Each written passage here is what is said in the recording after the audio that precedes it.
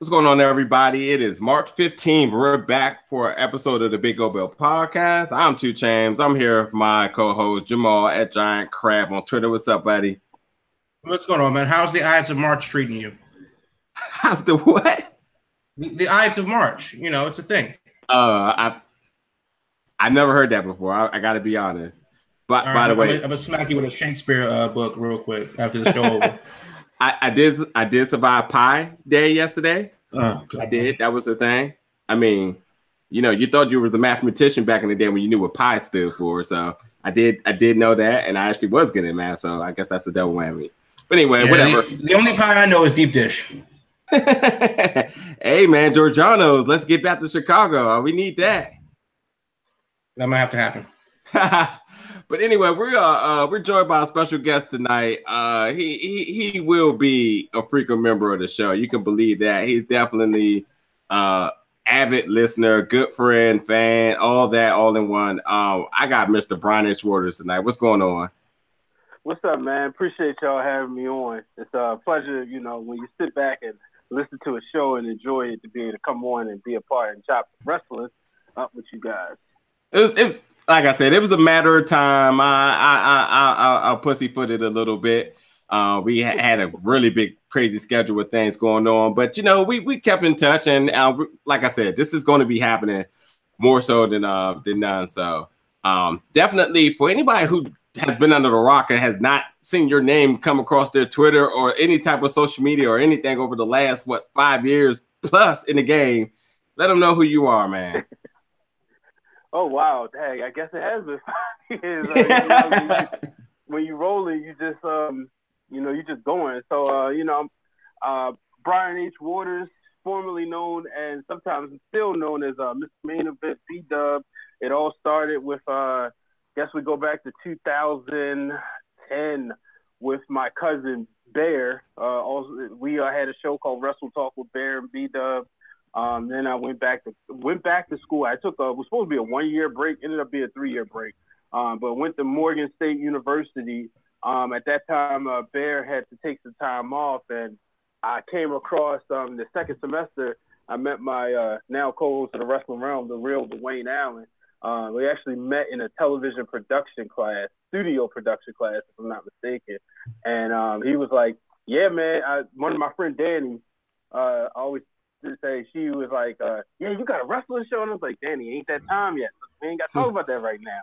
And he was like, no, he got a wrestling show. So I said, all right, yeah, I got a wrestling show. Dwayne was like, nothing wrong with that. Now, mind you, we're getting ready to get into WrestleMania 27 season. So we got into WrestleMania 27 season, and every day after class, we would see each other. We would talk, and sometimes we would even talk. People would go to class and come back, and we would still be talking wrestling. And I remember telling who's now my wife, I said, I found my new co-host. She was like, what? You can't replace your cousin. I said, trust me. You know, we sat together, made a plan, and then created the Wrestling Realm, and that went on consistently for 2 seasons. But then we had to focus on graduating from college. We ended up, you know, we changed some things up a little bit. Did 1 episode of season 3. And then I got the call to go to ESPN as a production assistant. So I worked up there. I actually had an opportunity to work with Jonathan Coachman. They call him Coach. I had an opportunity to work with Robert Flores. Did a little bit of wrestling stuff, and I am talking around WrestleMania 31. I kind of helped prepare the tweets because that's the first year where they really got into it. And that was leading into the summer where they was going to cover it. Here's a funny story. My manager gave me Daniel Bryan's book, and then I found out, because he was a huge wrestling fan too, he got an advanced copy. Then the second copy he gave me, and then I put in my 2-week notice on a Friday. That Tuesday I found out they were going to send me to SummerSlam, and we're talking Brock Taker's match, but didn't get a chance to go. But the next week, the Tuesday before I left, is when Brock Lesnar came to ESPN. And I had an opportunity to, I ain't gonna lie, politic my way. I said, look, we got 2 people closing. Can I come in and help out with this interview? I said, even if I got to go home and come back. Like, I wanted to meet Brock Lesnar. I ain't gonna lie to you. So they let me work a morning shift. The So I got a chance to meet him, which is a funny story I can get into later if you want. But got a chance to meet him, and then came back and went through Fox Sports 1340, did some wrestling content there with the Wrestling Summit. Shout out to my boys Glenn and Corey of the Wrestling March of Excellence. Worked with them for a little bit, and then I left Fox. And then this past October, Dwayne and I don't know if anybody's seen it, but it's on all my social channels. We reenacted the NWO paid promotions video. Mm-hmm.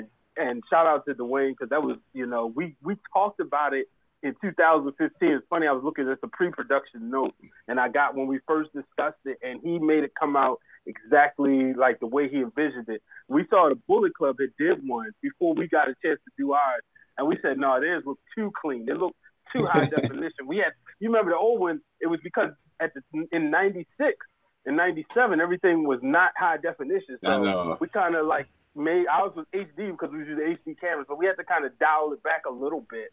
And so, we've been doing the Wrestling Realm, we've been back at it.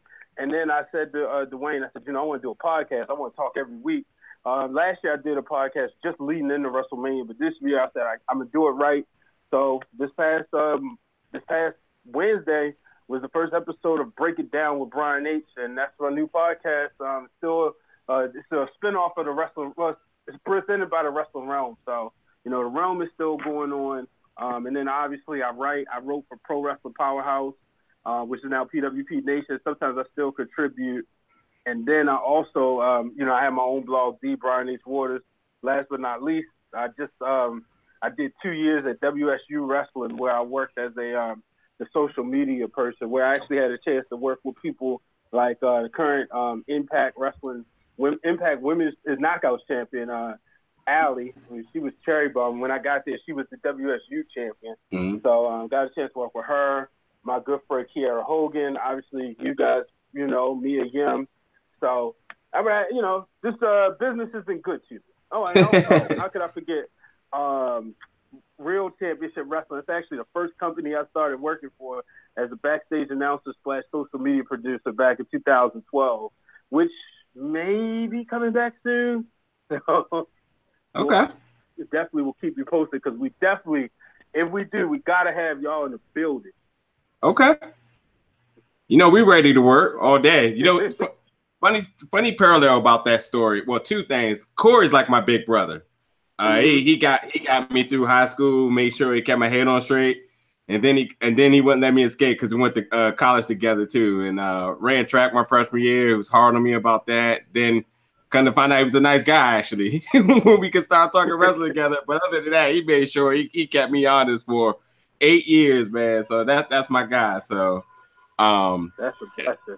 And Jamal's the same way. Jamal, me and him, we frequently see a lot of movie screenings, and we sat there and we would talk about it, and sometimes our conversation would go for about 30 minutes, then it go about an hour, and then he was good listener to the show, gave me tons of good advice. I mean, he pretty much like shaped a lot of the creative about how we do things. And then I was thinking to myself one day, I was like, wait a minute, well, like, what am I doing? Like, he was coming on, frequently. That was like, wait, I'm officially going to just stamp this. I was a little bit scared because I was like, oh, I know he's busy. I know he does a lot of with the movie screenings and reviews. I was like, oh, he's not going to have time to podcast every week.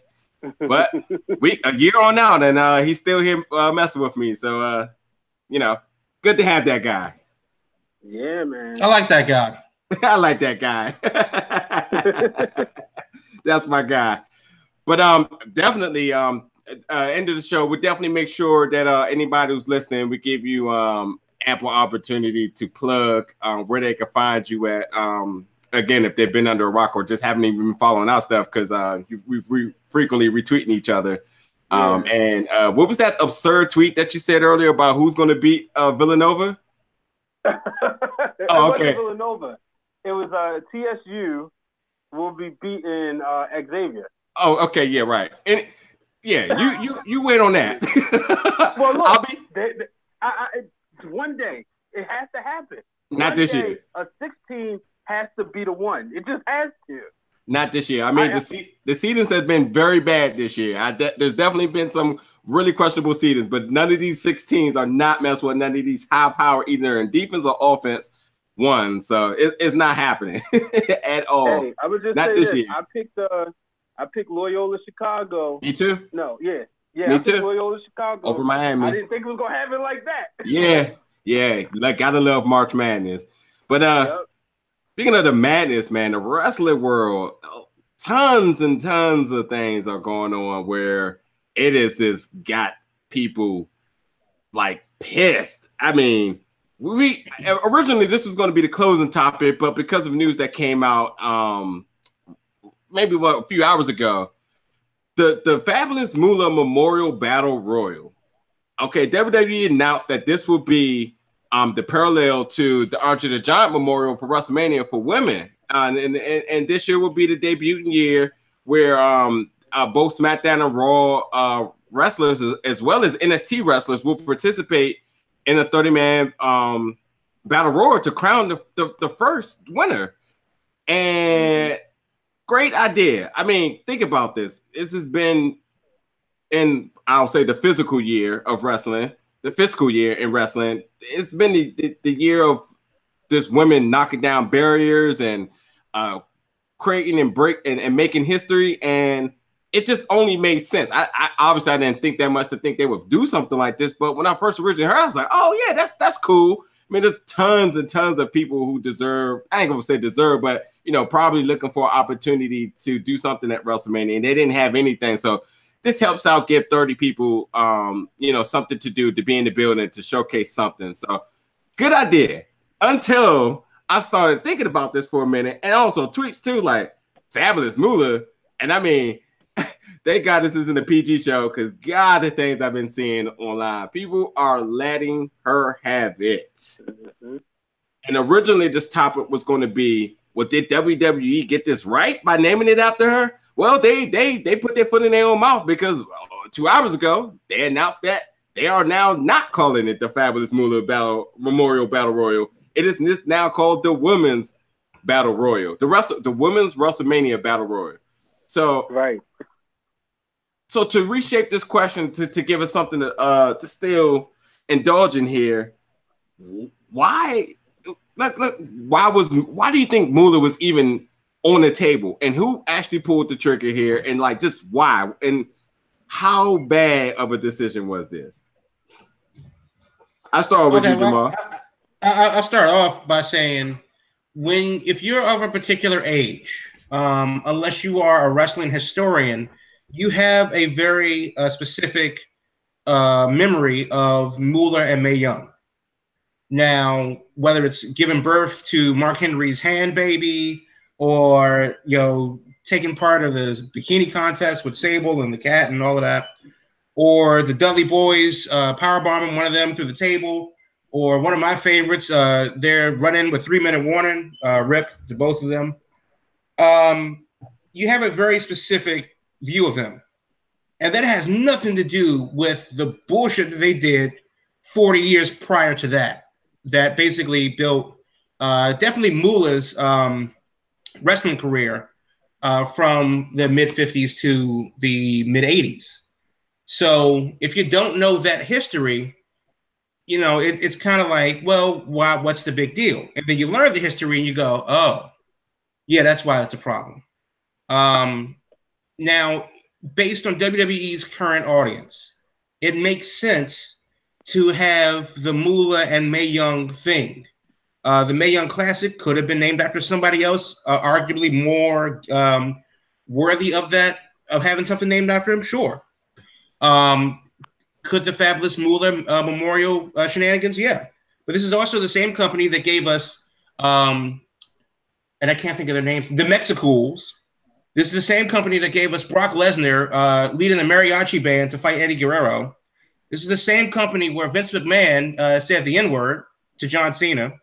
This is the same company where, what the hell was his name? Well, 205 Live is just a complete joke. It's gotten better, but we know that that's not what they wanted. So this is the same company that gave the Ultimate Warrior generally a racist prick, his own like lifetime achievement award. So, am I disappointed? Well, sure, you have to be. Am I surprised? No. But yeah, I do believe that there's a special place in hell where Moolah's watching this, and good for her. She'll never have it.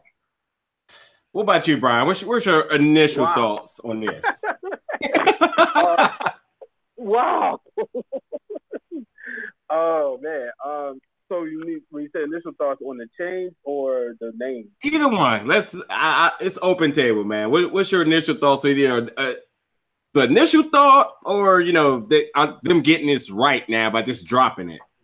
All right, so I'll be honest and say I was ignorant to the name. Like I heard the stories of the Fabulous Moolah, but I guess to say I didn't read that much into it to know it was that bad.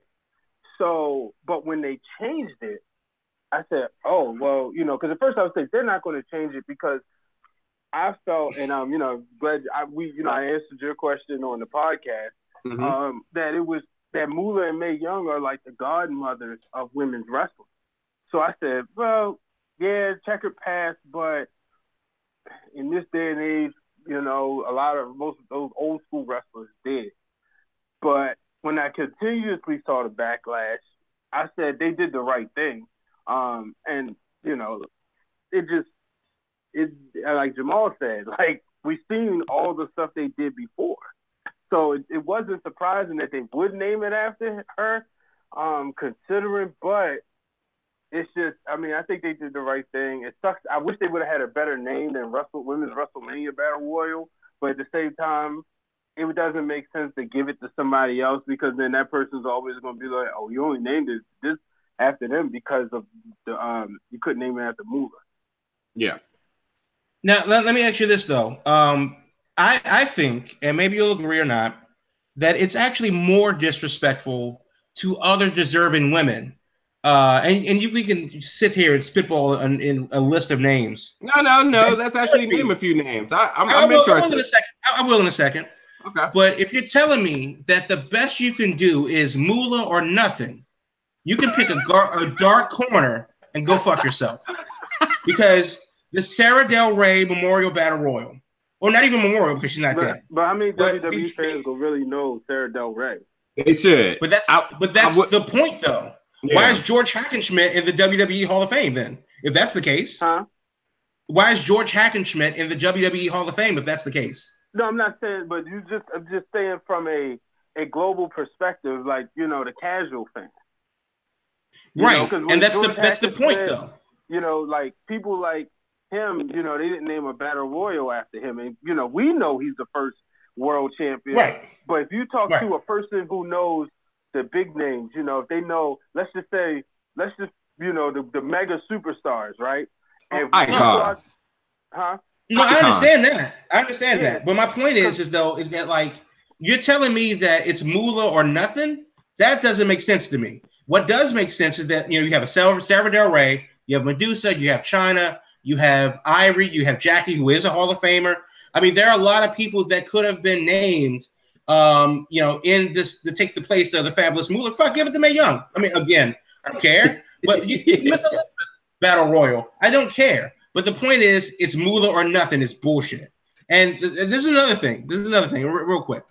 If you have, the backlash, why do that and you don't go back on other things? You have the Be a Star campaign, but then Nia Jax is getting fat shamed allegedly, and I know we'll talk about that a little bit later. You have, it's just a house of contradictions in the WWE sometimes. And until the sponsors got involved, honestly, is when they decided to change it. But realistically, you're telling me that there isn't a single woman out there that should deserve this recognition if we have an event named after her. As we've seen with Baron Corbin, the Andre the Giant Memorial Battle Royal doesn't mean a goddamn thing.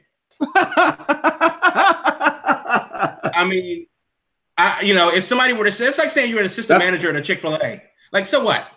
That's good for you. Whatever you say, that's a entirely super biased statement towards Baron Corbin. Although it's very true, but regardless, tell me it's not true. Like my hatred of that balding piece of shit aside, all right. I think it's very true. It's on very the cake true. there. McFlurry, Oreo McFlurry, right there for you, sir. That's exactly what I'm not a Corbin fan either. I mean, Baron Corbin is stealing checks. Call the Treasury Department. I don't even know where to even go here because you took a lot of my points I was going to make too. But I'd absolutely 1,000,000,000% agree. One, the backlash thing, I get it. But wrestling Twitter always is mad about something. It is super, like, uniquely special to me that the fact that they actually did change it because of the backlash. Yeah, the sponsors and stuff had a lot to do with it as well. But it was just entirely surprising that this took Monday, Tuesday, 3 days. 3 days to do the change. That's a big pat on the back for everybody involved for them knowing that this was not right for them to make the change for that. But yeah, WWE is living a walking contradiction because I can assure you that the hatred they got for Hulk Hogan and his comments that were made long, whatever it was.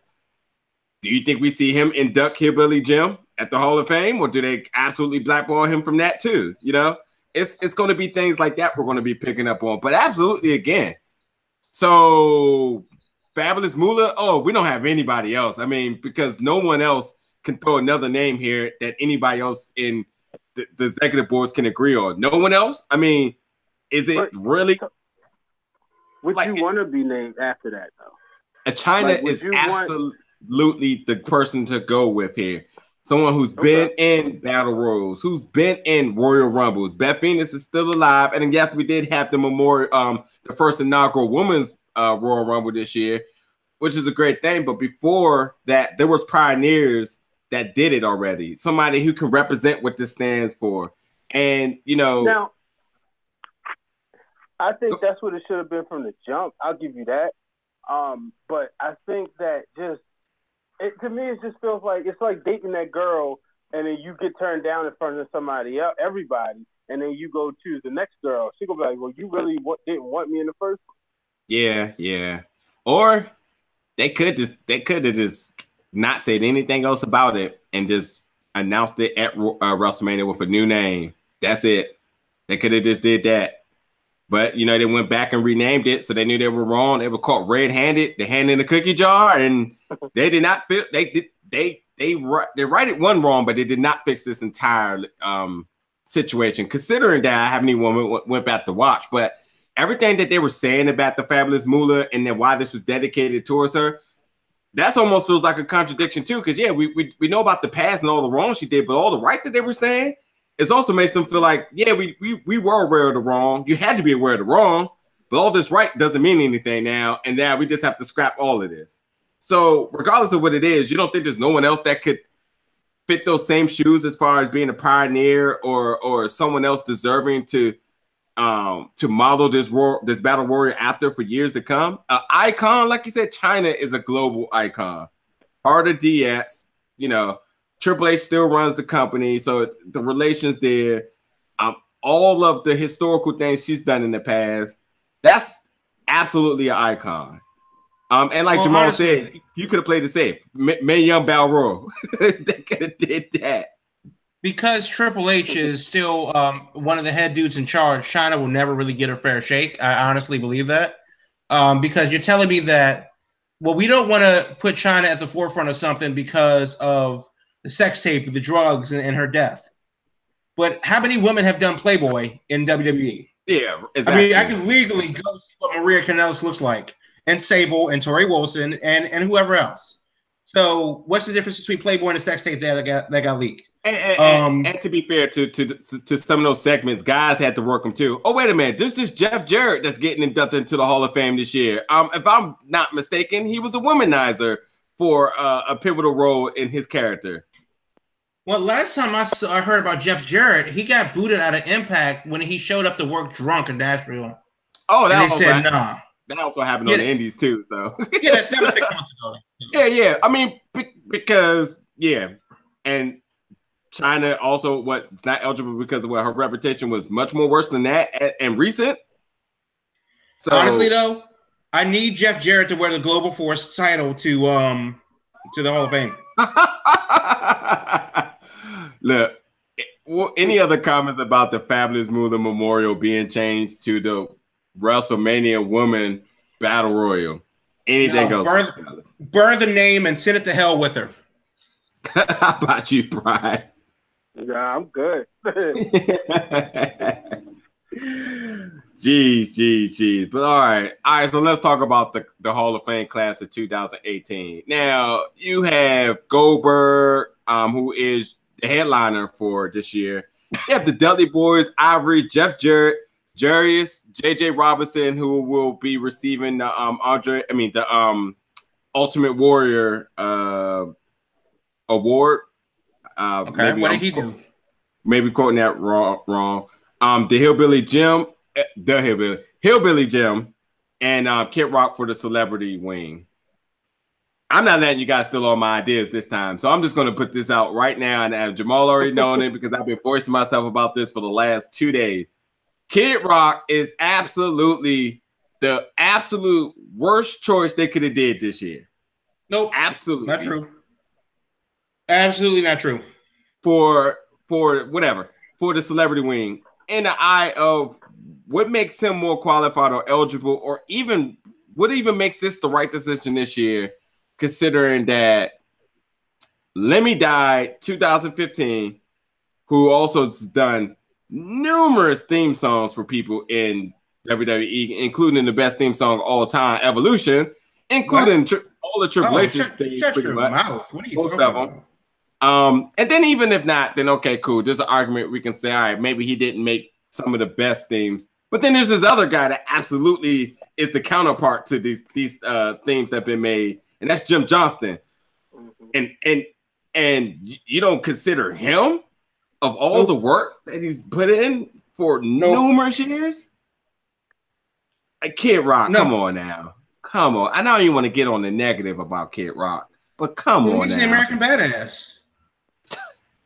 I'll agree with you. You figured he was going to get in. I just felt like now with this political climate, like he couldn't have waited. That was my opinion.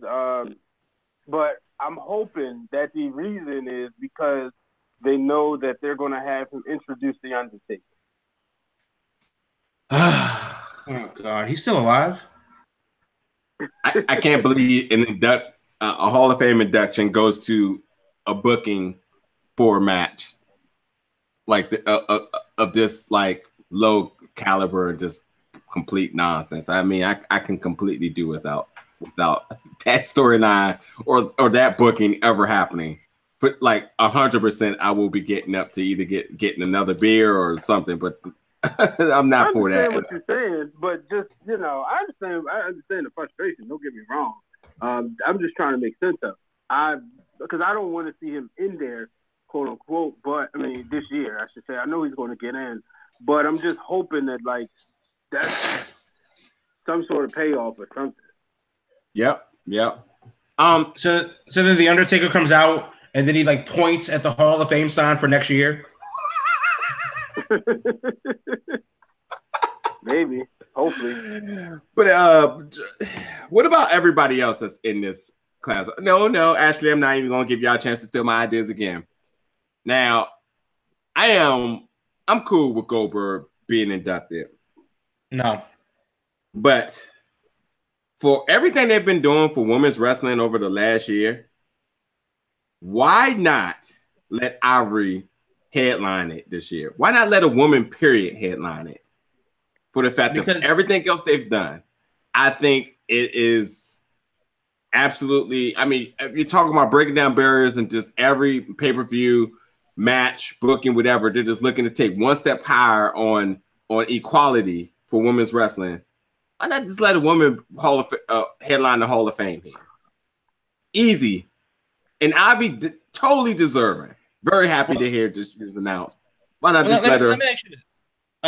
Do you think that WWE is actually looking to be proactive in evolving the gender neutrality, or do you think they just don't give a shit and they just try to make some money? as fast as they possibly can. I'm not answering that.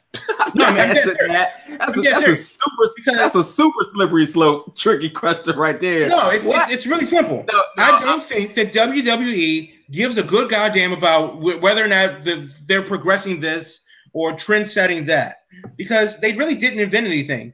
Everything that's been done in WWE, you can find on the indies, hell, on Powerbomb.tv from last week. So let's not sit up here and pretend that WWE's reinvented the wheel. That they're not. So stop that. Secondly, they're just trying to make some money. That's what the Hall of Fame is. You're telling me that we're going to spend all this money to put people in an invisible building for no damn reason at all? And also, lastly, it actually is a building, by the way. There's not a WWE Hall of Fame. It does not exist. There is a Wrestling Hall of Fame, and that is in Wichita Falls, Texas. Yeah, and has nothing to do with it. I thought they were building a Hall of Fame down in Orlando or by the Performance Center. I thought that was a thing. That was supposed to be a thing 3 WrestleManias ago. So, but that hasn't happened yet. If they opened it, where is it? Lastly, if Goldberg is going to be inducted into the Hall of Fame, then so should Maven, because he's about as relevant to the lore of WWE as Goldberg is. Okay, Brian. No, I'm not fooling with your comments. I'm dead serious though. I'm just not. Shout out to my man Big Viscera. One of the questions you used to ask was, why not Ivory? Actually, it's funny because a couple months ago, I actually wrote a column on my website about, I believe that Sable should be the first woman to headline a Hall of Fame. The reason is, when you look at her, no one generated more pops than except Stone Cold Steve Austin at that time. And I felt that if she would have been, if you eventually would go with a woman, I personally think Trish Stratus is the most complete WWE women's star. And what I mean is, as far as good wrestler, She actually wrestled. Yeah, good wrestler, great to look at. The only thing, Trish did something that a lot of us is not happy, and that was leave us wondering as far as not being in Playboy. But I always thought, so to me, she's like my personal favorite complete package of all time. But they wasn't, obviously she's already in there. Sable isn't in there. Sunny, you can make the argument that Sunny, what she said, she started the revolution. She made, she was like the first eye candy in the before we got to during the New Generation era. And then Sable came and to me just like took all that to a whole new level. People was watching WWE because of Sable. And that's why I felt like she should be the first woman to headline. Well, let me ask you this, though. And I don't disagree with what you're saying. I just don't think that applies into WWE's kid-friendly TV PG format. Mm-hmm. Because if you think of what Sable brought, she was a multi-time women's champion, sure. But do you think, what would her highlight reel be? The Thanksgiving gravy match? Or the bra and panties match, or the other bra and panties match, the TKO to Marvelous Mark Merrow for sure. Right. So I don't think that fits into the narrative of this kid-friendly, sponsor-friendly, ad-friendly WWE that they're trying to pursue. When for the same reasons why China they don't want to touch that with a 10-foot pole. For the same reasons why Chris Benoit is persona non grata. Like. The two incidents are separate. He didn't murder anybody in the ring, just his family. So you can still watch a good match that happens to feature Chris Benoit, but they can't say his name in the WWE. So I think that Sable doesn't fit into what they're trying to do today. And I'm not saying that she shouldn't be in the Hall of Fame. I guess. I mean, if you're watching the Hall of Fame with your dick in your hand, then sure, put Sable in there. I don't think that she was a good wrestler. I don't think she didn't move the needle for me. Actually, I thought she was rather boring. But as far as if they go back to a more edgy style, then maybe that might be the time place for her. It ain't baseball where you have a window. They can put her in, 30 years from now. I think I definitely see both of you guys' view. Wasn't in the top or upper echelon in women's wrestling back then, but she definitely had a draw, a following, and definitely generated huge amount of revenue and pop, and eyes were on TV when she was on there, no matter if it was for whatever reason.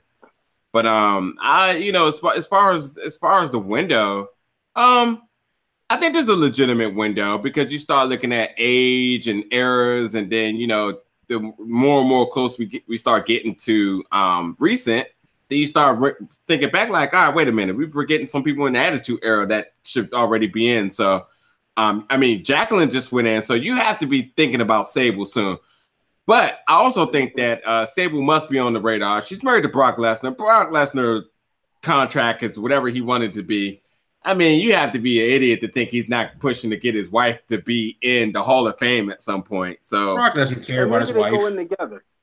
That'd be interesting. That would be interesting. It would, but personally, I think that every single woman ever to wrestle in ECW is better than Sable. It doesn't matter though. I mean, it's not. Well, then what's the point of the Hall of Fame then? Because the Hall of Fame isn't about who was the best wrestler. Hillbilly Jim is going in, by the way. Just wanted to remind you. I don't know what that is either. It's just more or less like the impact that someone made on fans or the generation or the era of or the style of wrestling, whatever it may have been. Just whoever made an impact who wasn't just there, Okay. Well, if their marriage is a popularity contest, then fine. It doesn't matter then. We can all agree that there's really no statute about what qualifications as far as what gets you into the Hall of Fame. But this mysterious book of rules that, we're kind of trying to imply here, how it works.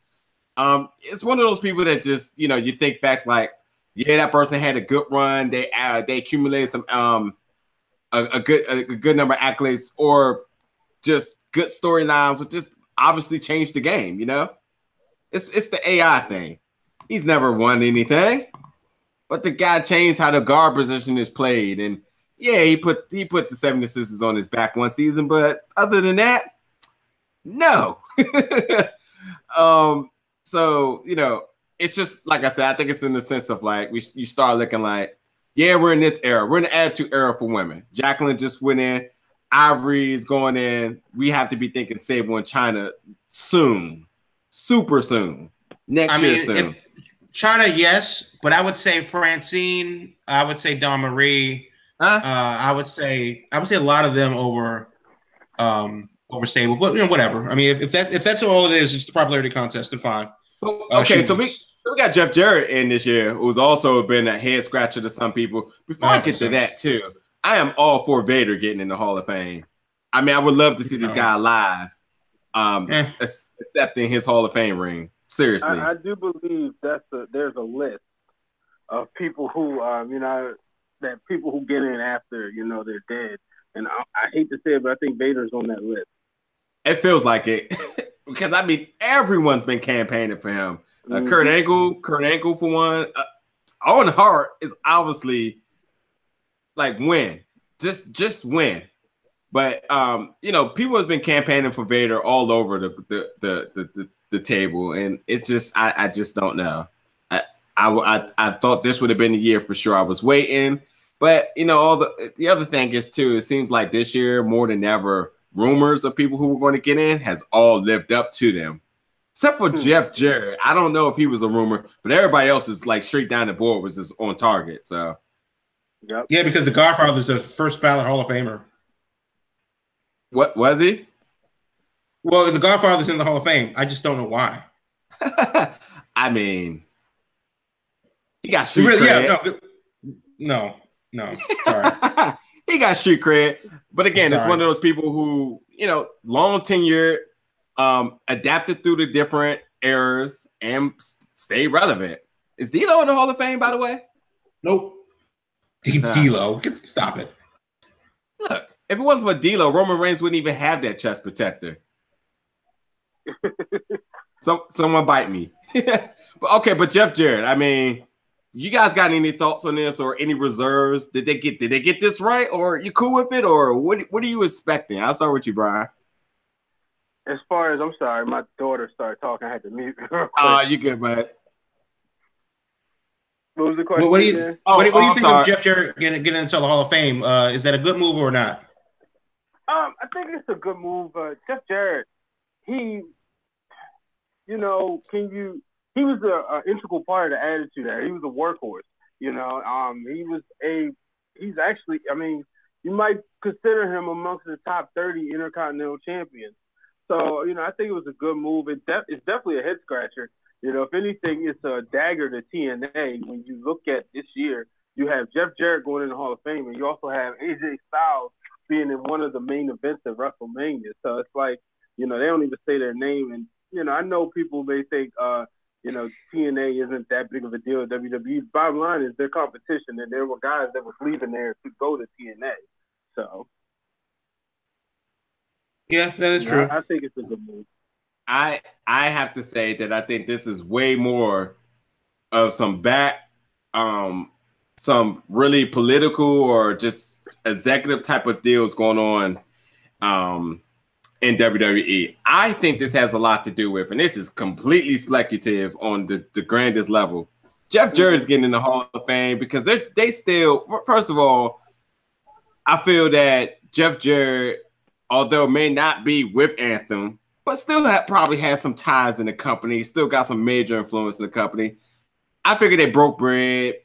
They solved the whole woke and broken thing with Hardy's, and they got that done. They dropped the lawsuit. Everyone's happy. I mean, Hootie and them didn't stand a chance anyway of actually winning, but whatever it is, they got that deal done.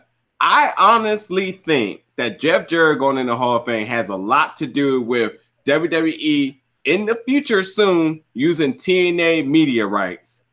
And I think this is one of those, okay, I will release some of this, or you can have rights to some of this as long as I won, get into the Hall of Fame, maybe get some form of deal on my merch, a percentage or something off of that. And it is what it is. Keep me relevant within the company. Maybe let me work something in the company for a while. Jeff Jarrett, who knows what he's doing right now?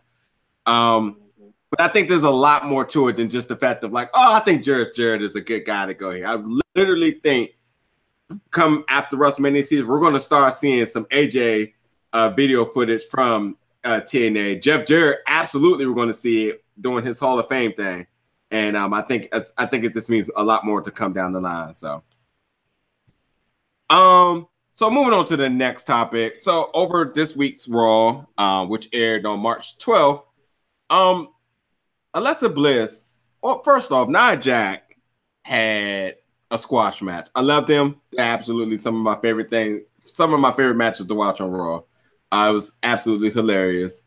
The week before that, or was it the same day? I can't remember. I'm sorry. It was the same day. It was before the Nia Jax squash match. Alexa Bliss gave Nia Jax tons of kudos about how she just got to lift her head up and just keep striving to be better, blah, blah, blah, blah, blah. All the best friend talk.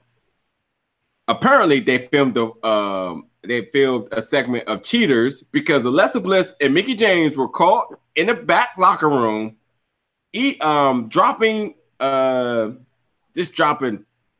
of crap on Nia Jax, just busting her balls. And ultimately, because I don't remember half of the quotes that were said, it was just ultimately body shaming to his max. And it just, made a ton of people uncomfortable. That originally I wasn't even listening to what was happening, but I saw so much of the backlash online. I went back online to watch the segment again. I was just like, oh yeah, they did not have to execute heel heat like in that manner, especially with everything that's going on. I mean, Jamal already said the points earlier. WWE are advocates to anti-bullying and so on, and then you pull a move like this as far as body shaming. It doesn't have to be that. It doesn't have to be done that way. So you guys seen the segments. Is this how big of a deal is this? And do the fans immediately get over this, or does this still leave a salty taste on everybody's like minds for to the conclusion of this feud? Actually, it feels like if you didn't preface this with Alexa Bliss, Mickie James, and Nia Jax, I would have thought you were talking about Baron Corbin, the Singh brothers, and Shinsuke Nakamura. It's the same thing. It's a segment that was a bad joke on paper. It was a worse joke in public. And now you got to figure out what you're going to do because you're just left with eggs. All spilled all over the damn ring. So is it like a big deal? Well, I'm not Nia Jax. And also, we do have to remember that for what it's worth, she probably okayed this thing to as part of her job. Now, realistically, could she actually have said, no, I'm not okay with this without any repercussions? We don't know. So there are two sides to that. I think in general, because WWE wants to go kid-friendly and they want to go, do that, there are better ways of executing the storyline without resorting to petty name-calling. Does this heat help anyone? No. Does this kind of heat hurt anyone? Well, no, because in 2 weeks or in 3 weeks of WrestleMania, we're not going to give a shit. In the same way that Jinder Mahal and his very racially charged promo versus Nakamura, that feels like a year ago. So much because everything moves at the speed of Twitter, it's a thing now. But if you give it 5 minutes, nobody's going to remember that Roman Reigns took steroids and was suspended for a month. It'll just be a thing that happened. Fair enough. What about you, Brian? So not to play, super WWE fan here. I'm not trying to. But get ready, America. I didn't hate it. What I saw was Nia Jax being humanized. And when you think about all the little girls that may be going through the same thing, the ultimate payoff will be Nia Jax raising the title at WrestleMania. But here's the issue. This is the thing. She has to win the belt at this point. Do not do what they did to, if y'all don't mind me saying this, to us black folks at WrestleMania 19, when Triple H and Booker T went so far, only for Booker T not to get the title. When you look at Harley Race, Vader going up against Ron Simmons, and Vader said everything, more so Harley Race said the things to Vader. Harley Race said the things to Ron Simmons. The payoff was Ron Simmons becoming the first black world champion right here in Baltimore, Maryland. That's what I need to happen with Nia Jax, because you think about all the bullies that happen, everything that these little girls go through, and they can look up to Nia Jax. Because I know people want to see Nia Jax being that dominant heel or that but right now there's no payoff. Like, who's going to come up and dethrone her? When Karma came in, the collision course was Karma versus Beth Phoenix. We just never got there because Karma was pregnant. Right now, we don't have a collision course. We don't have anybody because Asuka's in front of her, essentially. It'd be one thing if Asuka was chasing Nia Jax. That's true. That's true. Now, let me ask you this, though. You have Nia Jax, and personally, I believe that Nia Jax and Braun Strowman have a similar career path. Mm-hmm. Unfortunately, for some reason or another, Nia Jax has slowly turned into Bray Wyatt. Just a person of a particular size, demeanor that we really don't know what to do with. And we tried the super heel thing, didn't work. We tried the weird, cute baby face thing with Enzo Amore. Personally, it didn't work. And now she's this like lovable oaf next to Alexa Bliss. And I don't think that works. So much like Bray Wyatt, you have a person that I see talent in. I'm rooting for Nia Jax. But what of it? What do we do with her? And it's not even close that Asuka is half the galaxy far ahead of her. And then you throw in Charlotte, Bayley, and Bliss and Mickie James and Nia Jax is holding down the back of the bus all by her lonesome eating a cherry pie. So what do you do? I mean, I agree that there's no real payoff with this and she wins the belt and stuff like that, but Braun's a face, and I never thought I would see that. If you asked me that 6 months ago, I would have said that's insane. I mean, and Nia there. So what do we do? And they're confused too because she just worked the squash match.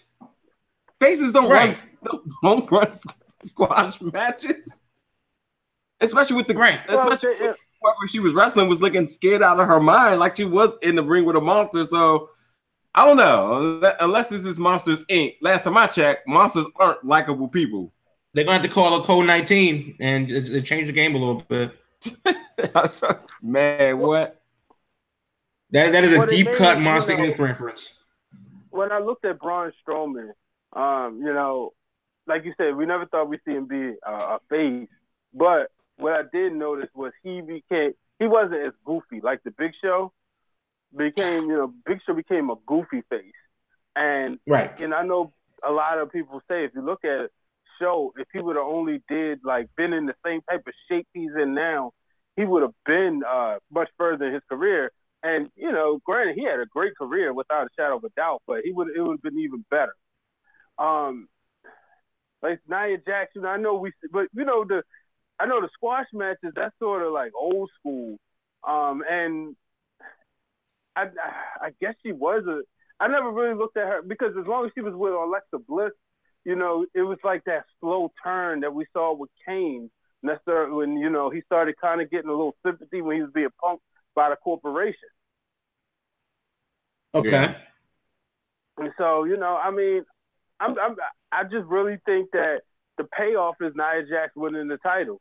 And this is a way to get us there as opposed to the same thing, having her just beat down. And then, this is pent up frustration when you go back as far as the summer was concerned when they, first started sort of having issues.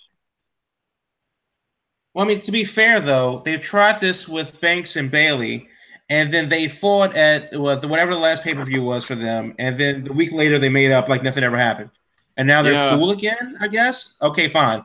But we've also seen that same dynamic with Naomi and Tamina Snuka, where there's no way in the hell Tamina's going to win a title. I don't know how anybody could, in their right mind, Stevie Wonder saw this. Tamina wasn't winning the title. So that two-person, Daniel Bryan and Kane pulled it off well, but they're one of the few in that odd couple matchup where you have, it's polarizing figures working together for a goal. But I just don't see it with Nia Jax. Now it's kind of like with Bray Wyatt, what do you do? Yeah, I'm about to go with Braun on this one, man. You got to give her the title and then scratch your head after that. But I don't know if she's a face heel. I don't know how much of this has to do with Total Divas. But she has definitely lost that seed. I don't even she had huge momentum, and then that just evaporated. Like she fell off the map and she was Mega Man or something. Like she was just done. There was no more. And then she disappeared. She took that leave of absence, and that was legitimately the epitome of her booking. It just was like, all right, well, where'd she go? But I really do appreciate that point of saying how she they may be booking her to be humanized. I think it works towards the gimmick of her not being like most women, but does it? Because if you're not like most, but you're also trying to make her to appear like most people or normal people or regular people, whatever it may be, they can't even get that right. So, I smell a repackaged galore coming, if anything. If she wants to be a heel, she needs Jay Lethal's theme and to go out there and kick ass. Yeah. So, I don't know. Yeah, the manager thing, Jesus. The more and more I think about everything that's been of Nia Jax for the last, since SummerSlam, I don't know. Maybe a shakeup or something. Who knows? But then if a shakeup happens, she goes to the other brand, that means she won't be the champion. And then that still doesn't help. So who don't know? Who knows? Alexa Bliss obviously can't go to the other brand because she's already dead. So they'll obviously still be on the same show. Hopefully they won't be continuing whatever they got going on now, and they just end that. So the elephant in the room that nobody wants to talk about is WWE. For all the bullshit they put out about equality and all that stuff, is they're still perpetuating the same stereotypes they claim to be fighting against. Realistically, Nia Jax doesn't win a champion because she doesn't look like their type of champion. Well, shout out to Snickers for getting the Battle Royal name changed along with the fans online and the movement of getting something that was tragically wrong, at least in the right direction. They still got more work to do on that. But that's it for my topics. Let's get into the news. I'm going to break the first one that WrestleMania 35 will officially return back to New Jersey come next year. MetLife Stadium, outside in the cold, April. It is cold in Maryland right now. So I can assure you that it's going to be cold next year. So get those North Faces, get those triple fat goose, get your heli if you're from DC. Whatever you're going to need, get that. Starters are back in style, so you can get those too. But yeah, making that move to MetLife. All right, good luck. But this is not the right call here because there is this stadium in Minneapolis, which is also cold, but inside and way more better. And then there's this other stadium that's just open, that is amazing, and it's warm, and it's down in hot Atlanta that they could be using. But hey, who am I to know? So okay. So to be fair, and I do have some more to add with that. Atlanta, they've tried WrestleMania before. It sucked because Atlanta is cold in March. It's not a guarantee that it'll be warm. That's why they don't have Super Bowls in Atlanta too often. They had a dome for 40 years. WrestleMania being outside, yes, that was confirmed. And by the governor of New Jersey, Sheila Oliver, and the New York Giants president, was it John Mara? So they had an announcement today up in, and the Jets announcement, Neil Glatt, who's a dick. But so they're going to announce that officially on Friday, and it's going to be April 7th, 2019, according to Barstool Sports, and the people up there. Apparently, Philadelphia and Detroit were other front runners. I don't understand. If you're going to have it in New York, why would you have it in Philly? It's too damn cold to sit out there, unless they want to have WrestleMania at noon. You know, it's too damn cold to sit out there in 40-degree weather for 7 hours. It doesn't make sense. Detroit would be nice, but Detroit as a city, I don't think it's the kind of atmosphere that's a great host city.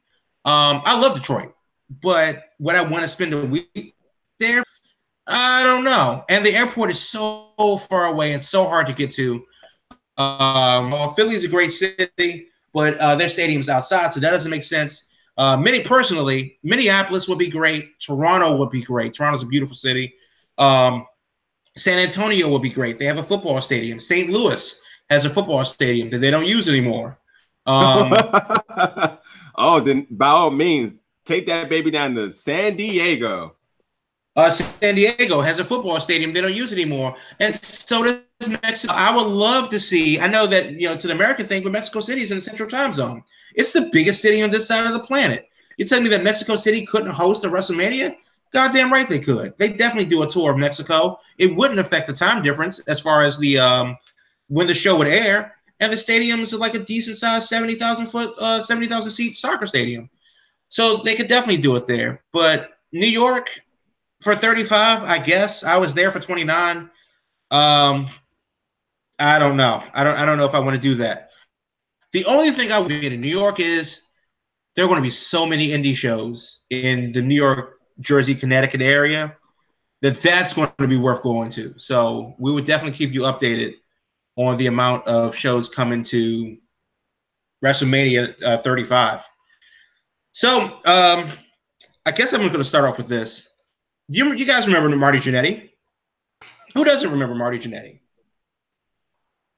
Well, do you remember him for being, Shawn Michaels' ex-partner, or for his latest shenanigans on Facebook? I'm gonna assume that laugh means both.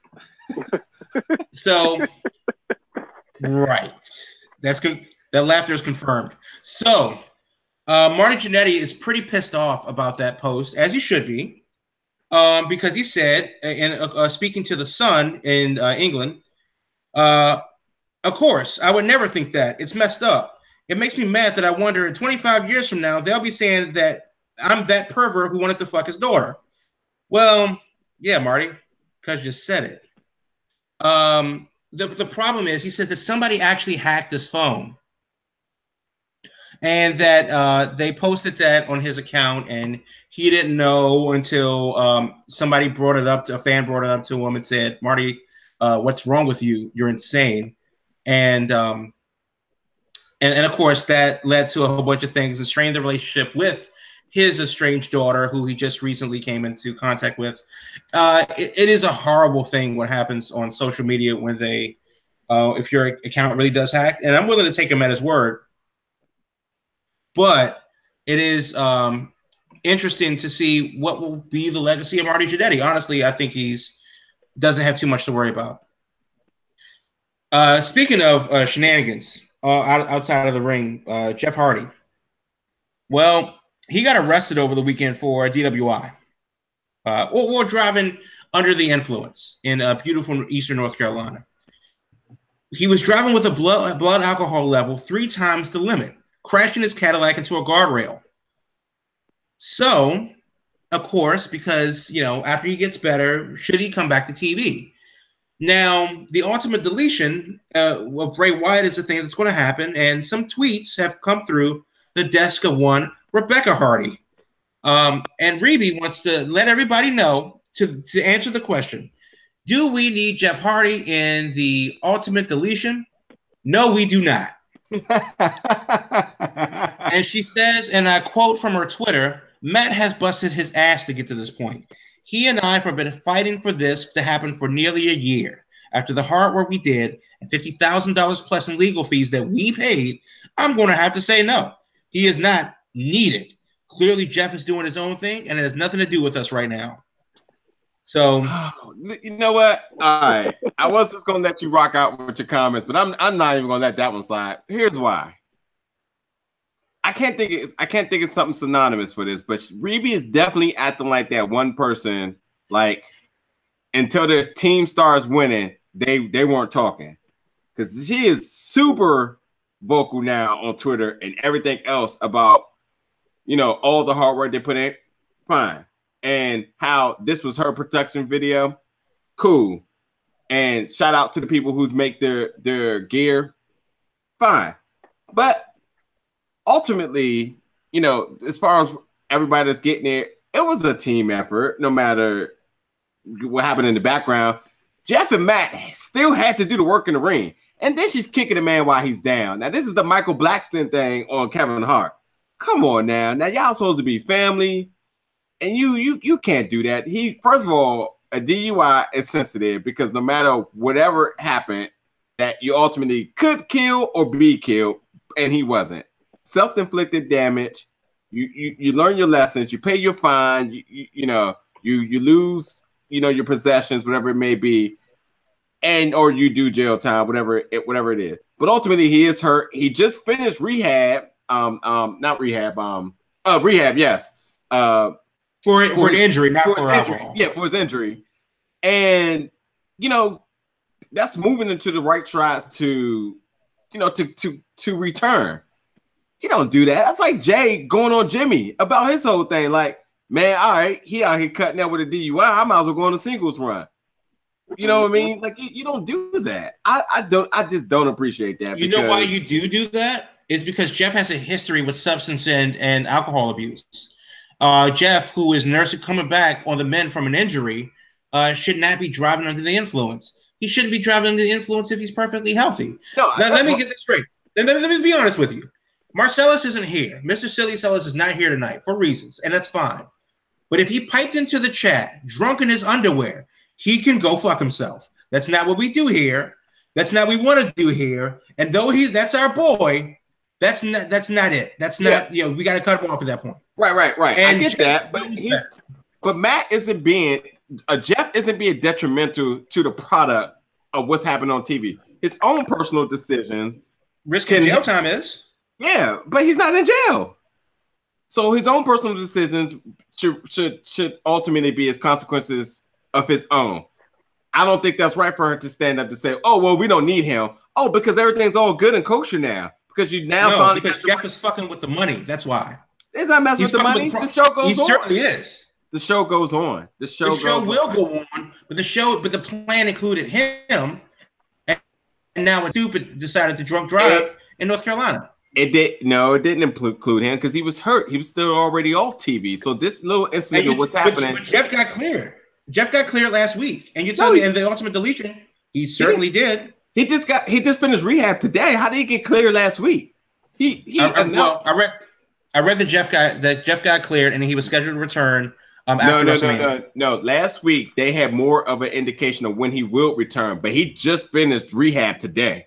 He announced that on his thing. So by whatever metrics that is, that means he is on a map to returning soon. But the ultimate deletion thing got recorded last week, and that's not a Reby type of decision. That's WWE saying, "Oh, we want to do this before WrestleMania." It's not like this was a grand scheme of events that they're building up for WrestleMania to manifest. This happening before then. So, this won't be the first of them. I mean, obviously they had a trilogy of them before, so there's more to go. I don't think this messes up the money.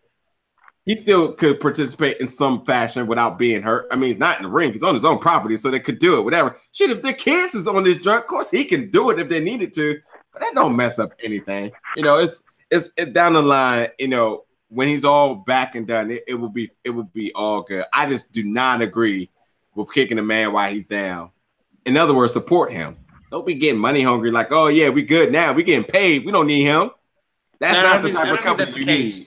I think it's hideously irresponsible for him to pull off a move like that of being caught drunk driving when he's trying to come back. That's what it really comes down to.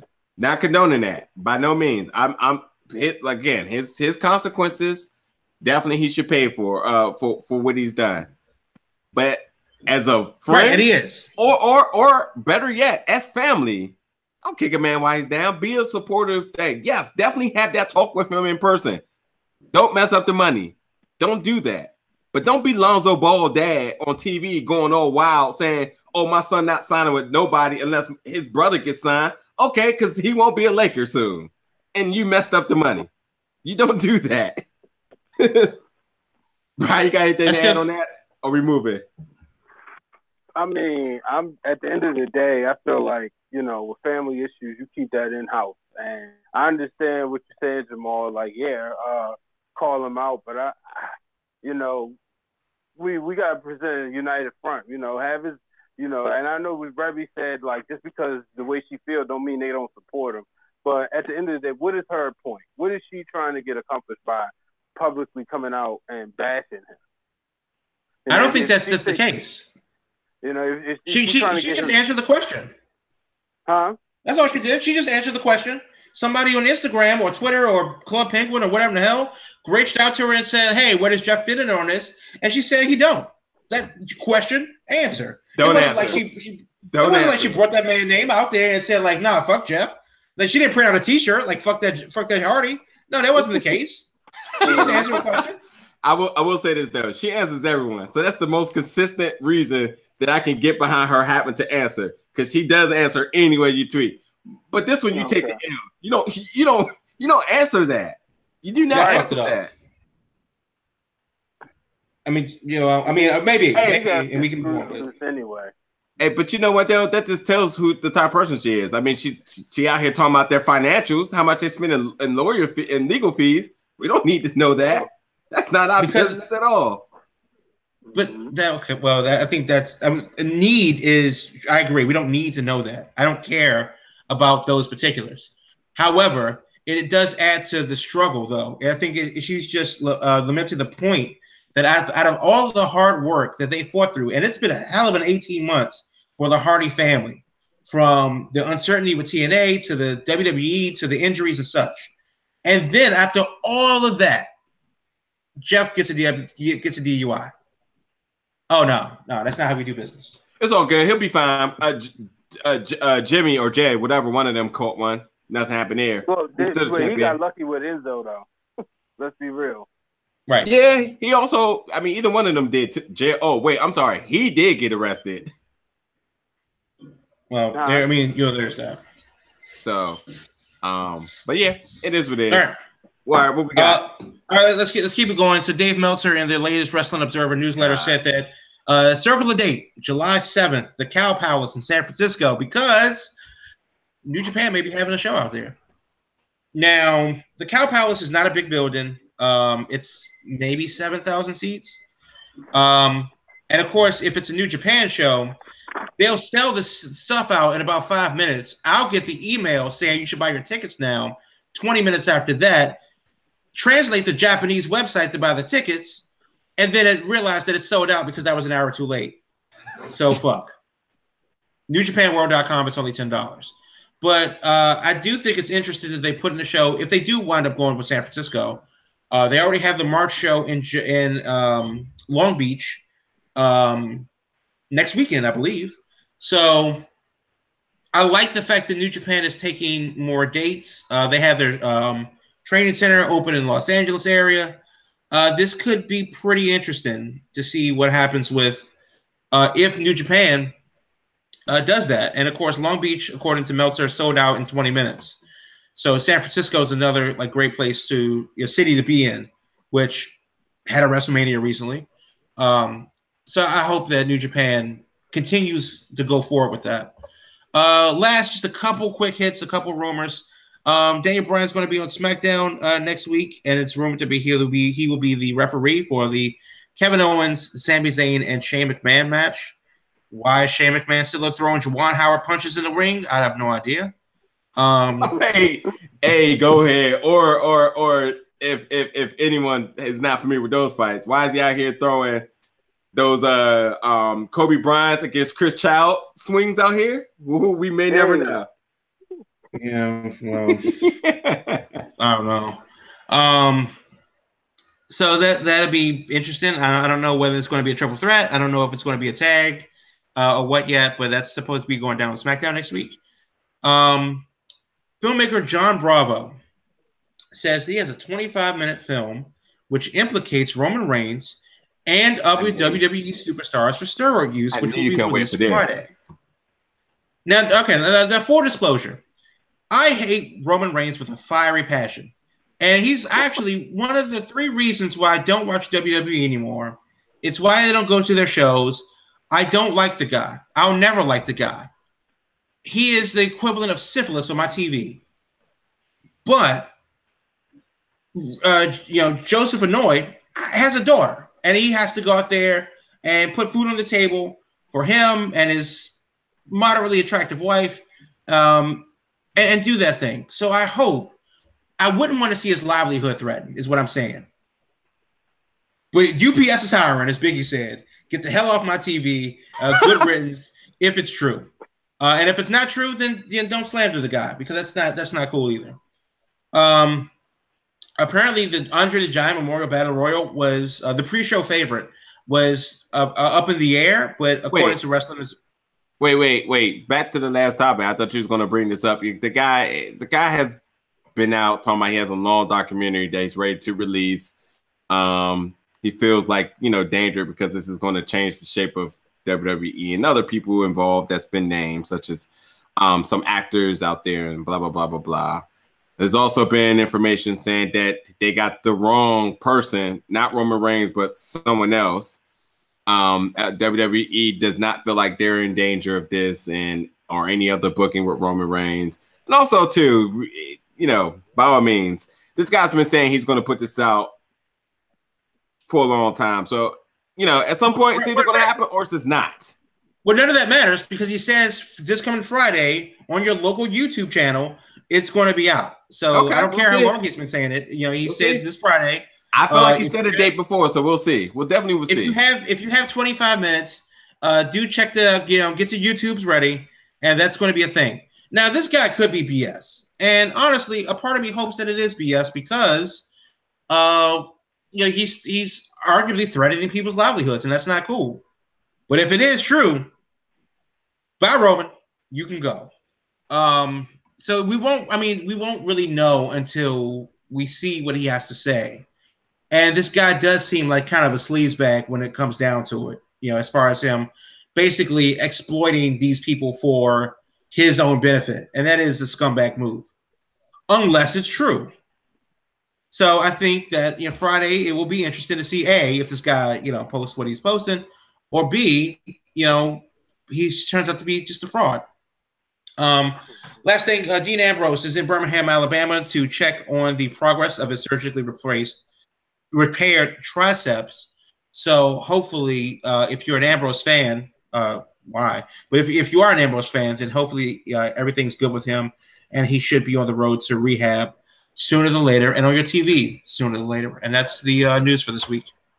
All right. Sounds good. Brian, you got anything to add to topics or anything, discussions, or anything you want to ask? Let us have man, we hit everything that's relevant right now. And I've been taking heat because on my tapped out segment, I put Ronda Rousey on there. Oh God! I said that I'm just not a fan of her not being on Raw. But then I heard something about that they reversed that, and she now will be on. She has been advertised for the next couple of Raws. I believe we got 3 Raws until Mania. So, I took some heat for that this week. What y'all think? Well, I mean, you can go ahead too, James. They put their foot in their mouth. Come on now. If they knew they was going to have her doing publicity and doing Ellen and all this other stuff, don't make a hard decision saying she's going to be on every Raw. Like, why was that necessary? Either she's there or she's not there. It didn't matter. Just don't say something that's going to happen. That's just absolutely stupid to me. Absolutely stupid. How about this? Personally, I think Ronda's been trashed from the beginning. And I just can't wait for this experiment to be over so we can get some real women's wrestling back in the building. Now go ahead and invalidate my statement because it ain't popular. Go ahead, goddammit. But I'm just saying, Ronda's trash. Y'all don't know it yet, but it is what it is. It's like a car accident. Just because it happened, and we know it happened, and we know what we're looking at, but you can't stop looking at it. You're rubberneck. Now it's back up on the highway because you're staring at this damn car wreck that is Ronda Rousey. I don't have anything to talk about from Ronda right now. I do have something to talk about Floyd Mayweather and CM Punk, but that's just for another day. I need to hear more. Mayweather for Hall of Fame. That's what I say. I'm just saying, like, UFC just can't get it right, and they just dropped the ball hugely with having a major deal of Floyd Mayweather versus CM Punk. Both guys are green as I don't know what in the UFC. Could have had them work a match because that's all it was going to be and generate tons of money considering the type of backing both of those guys got. So they dropped the ball there. But before we get out of here, 2 things. One, Brian, let's talk about your segment earlier for Wrestling for the Culture. I listened in for it. Let's bring that to speed real quick here. Mm-hmm. On you. You said, let's see what we had. Titus O'Neil, which I know is now, as we get closer to the end of the week, it's older news. Him being an ambassador. And one of the things I said, I think Titus O'Neil will be a WWE Hall of Famer. May not necessarily be because he may have won a lot of championships if he doesn't win any, but it will be because of his, him being a strong ambassador for the company. You guys was also down there. You guys saw firsthand my girl Faye Jackson taking care of business at Nova Pro. I also interviewed last week. Bianca Belair was went over in dominant fashion over Miss Drew Renee, who I've had the pleasure of speaking to. So that interview is on dbrianhwaters.com. And that's the stuff that jumps out. Oh, Rich Swann. Rich Swann is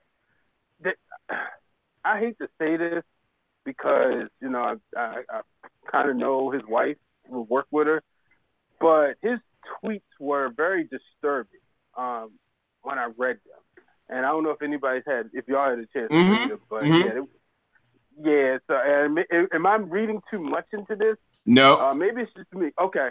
No. I mean, look, we are more than ever in the era of we need to read too much into signals such as that. They're not to be taken lightly because when they're not addressed, then it's too late. That's been the case with everything. So absolutely, it is. I won't go as far as saying a cry for help, but it's a hey, someone needs to come in this vicinity and do something. Say something. Mm-hmm.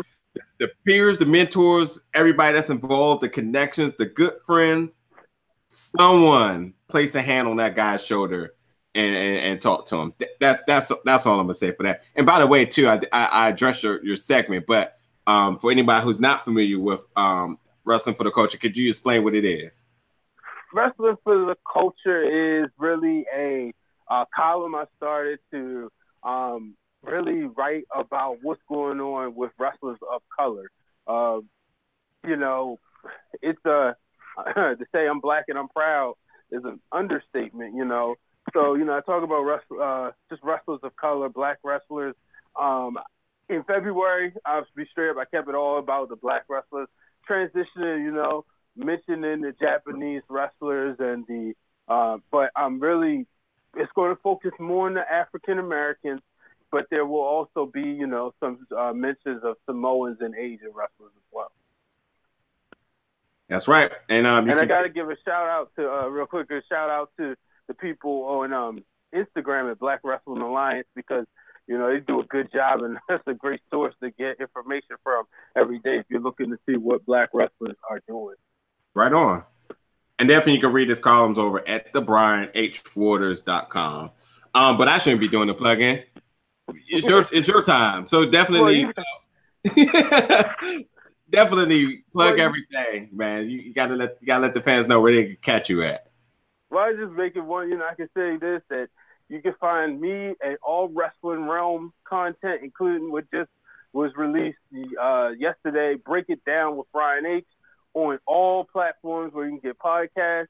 That is iTunes. Well, start with SoundCloud, and SoundCloud takes you to iTunes, Stitcher, Google Play, YouTube. So you can find me there, Facebook, and on Twitter at Wrestling Realm at Brian H. Waters. That's right. So, I mean, Facebook groups, pages, Twitter, all that, man. You know, there's no way you can't find the guy. It's all over there. I do social media in my shoot job, and when I come home, I do social media. My wife said, "You always on social media." It pays the bills. Bingo. Well, you know how that goes. Happy wife, happy life. But hey, you got to make sure those ducats are being accumulated too. Them gimmicks. Yeah, that's right. Jamal, any last remarks for you before we get out of here? Yeah. So tomorrow I will have a review up on BigGoldBeltGroup.com for Tomb Raider. I saw that earlier this week, and I don't have time to do it tonight. I'm dead tired. But tomorrow I will have that review up for all of you. And next week I am seeing Isle of Dogs on Monday. I am seeing Ready Player One, and I am seeing Pacific Rim. Oh God, don't remind me. I'm seeing that on Tuesday and Ready Player One on Wednesday. That's right. So it's going to be a busy week at the movies, and I'll have reviews, of course, for all of those the week before they come out, be released in theaters on BigGoldBeltGroup.com. That's right. I'll also be seeing those too, but I won't have a review. I will have my 10-second tidbit of either yay or nay. But definitely, if you are more in depth in trying to legitimately see what the movie's about, is it worth it? Breaking down the elements and dynamics of the movie, you definitely want to check that out. I definitely appreciate no bias, because why? Fuck that guy. Just playing. I definitely appreciate the craft that he does in putting out the review. So you guys definitely show some love over there in the review section of the page, and check it out. Next week, a lot of good movies everybody want to see. Ready Player One, I know everyone wants to see that. So definitely you want to be keeping your eye out for that for sure. But Mr. Brian H. Waters, we super, super duper appreciate you making this happen tonight. Don't be a stranger. We'll be doing this for sure more. You know, the door is always open. And again, everybody definitely check all his social media. We already plugged all that. Thanks for listening. We will be back to you next week, Thursday, 8 p.m. Eastern Standard Time, for another episode of the Big Gold Belt Podcast. Thanks for tuning in. We'll catch you later.